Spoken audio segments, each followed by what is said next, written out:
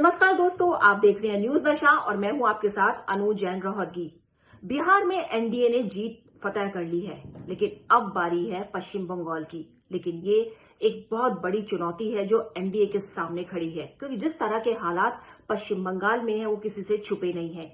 Political killing लगातार बढ़ रही है और हैरानी की और परेशानी की बात यह है कि बीजेपी के जो वर्कर्स हैं उनकी सबसे ज्यादा वहां पे हत्या हो रही है। जो माहौल है वहां का बहुत ज्यादा गड़बड़ा सा गया है और ऐसे में जो चुनौती है बीजेपी के सामने, एनडीए के सामने, वो बहुत बड़ी है कि जो अगले साल इलेक्शन होने वाले हैं उस पे विजय हासिल करना। तमाम मुद्दों पर चर्चा करने के लिए आज हमारे साथ पश्चिम बंगाल की बीजेपी की प्रोमिनेंट लीडर भारती घोष है। Bharati Ghosh ex IPS officer हैं और इनकी जो एजुकेशन है हार्वर्ड यूनिवर्सिटी से पढ़ी हुई है। तो इसके बाद इन्होंने राजनीति में एक कदम रखा है और बहुत ही प्रोमिनेंट लीडर हैं पश्चिम बंगाल की ये। भारती जी, आपका बहुत बहुत स्वागत है न्यूज नशा में।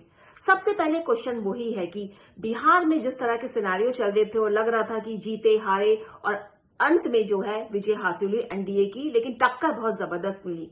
और उसके बाद अब पश्चिम बंगाल की बारी है, बहुत ज्यादा चर्चा का विषय है।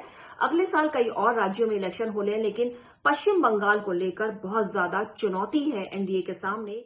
देखिए, जब बिहार का इलेक्शंस हो गया और एग्जिट पोल आना शुरू हुआ तो बंगाल का तृणमूल बहुत खुश थे कि आरजेडी का महागठबंधन अभी सत्ता में आएगा। लेकिन जब फाइनल रिजल्ट आना शुरू हो गया तब तृणमूल अंदर से अंदर टूट गया और बंगाल का जनता बहुत खुश हुआ, क्योंकि ये और एक बार साबित हुआ कि भारत का जनता मोदी जी का शासन पर कितना भरोसा है, ये साबित हुआ।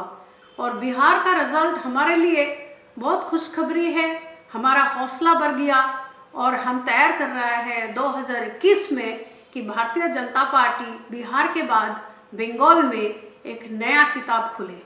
तो जैसा कि भारती घोष बता रही है कि बिहार के जो चुनाव है और जो जीत हुई है उससे बंगाल के लोगों में बहुत ज्यादा उत्साह है। उन लोगों में उत्साह है जो मोदी जी को एक लीडर के तौर पर देखना चाहते हैं। और जिस तरह के एग्जिट पोल आए थे, शुरुआती तौर पर जो काउंटिंग हो रही थी उसको लेकर तृणमूल कांग्रेस बहुत ज्यादा प्रसन्न थी, लेकिन बाद में जिस तरह से जीत हुई उसको लेकर बंगाल के जो लोग हैं और जो वर्कर्स हैं, जो बीजेपी के, जो एनडीए के, उनमें बहुत ज्यादा हौसला आया है।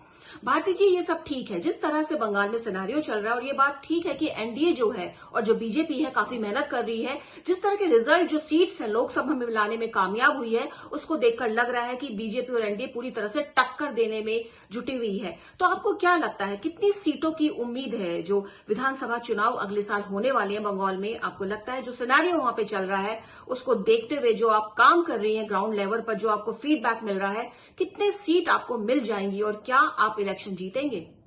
हमारा माननीय गृह मंत्री अमित शाह जी नवंबर का पहला हफ्ता में जब आए थे तब बोले थे कि 2021 में भारतीय जनता पार्टी 200 सीट लेकर बहुमत से आएगा और सरकार बनाएगा।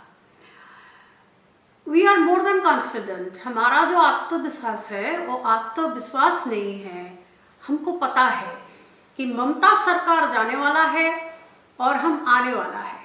इसलिए अमित शाह जी जो बोले हैं कि हमारा मुंह में अभी हंसी दिख रहा है, सच में हमें अभी हंसी आ रहा है कि 2021 में परिवर्तन का परिवर्तन होगा और भारतीय जनता पार्टी बहुमत से आके सरकार बनाएगा।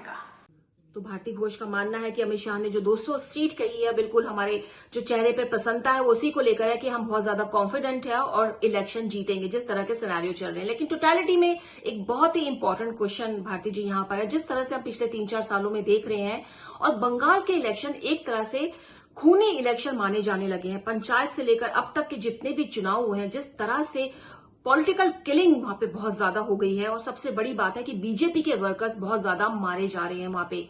और अमित शाह ने हाल ही में सीधे तौर पर ममता बनर्जी पर अटैक किया है कि वो छुपाने की कोशिश कर रही है पॉलिटिकल जो किलिंग होती है। और यही कारण है कि 2018 के बाद नेशनल क्राइम रिकॉर्ड्स ब्यूरो को बंगाल ने क्राइम फिगर्स नहीं भेजे हैं, पॉलिटिकल किलिंग जो होती है। तो इसके कारण उनका मानना है अमित शाह का कि छुपा रही हैं।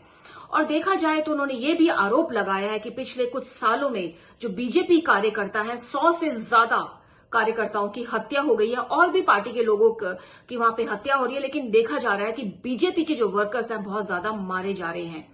तो ऐसे में जब बंगाल का चुनाव पूरी तरह से एक खूनी चुनाव की तरह देखा जाता है, पास्ट की अगर हम बात करें तो प्रेजेंट में ऐसा ना हो, आप अपने वर्कर्स हैं वो सुरक्षित रहें, जान से हाथ ना धो, किस तरह से आप अपनी जो सिनारियो है वो पॉलिटिकल जो आपकी एक रणनीति है वो बनाएंगी, जिससे जी हत्या ना हो। जो आपके वर्कर्स ग्राउंड लेवल पर काम कर रहे हैं उनको आप किस तरह से सेफ्टी देंगी और किस तरह से आप एक रणनीति बना रही हैं इस माहौल में चुनाव जीतने की।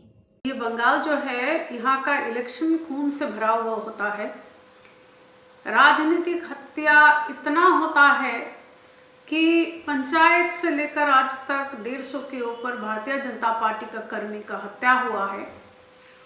और ऐसा इलेक्शन हमें नहीं चाहिए, इसलिए हम सभी कदम उठाएंगे और इतना सख्त कदम उठाएंगे कि 2021 में इलेक्शंस बहुत शांति से होगा और वोटर्स जो है बंगाल का जनता वो सही मायने से अपने वोट दे पाएंगे।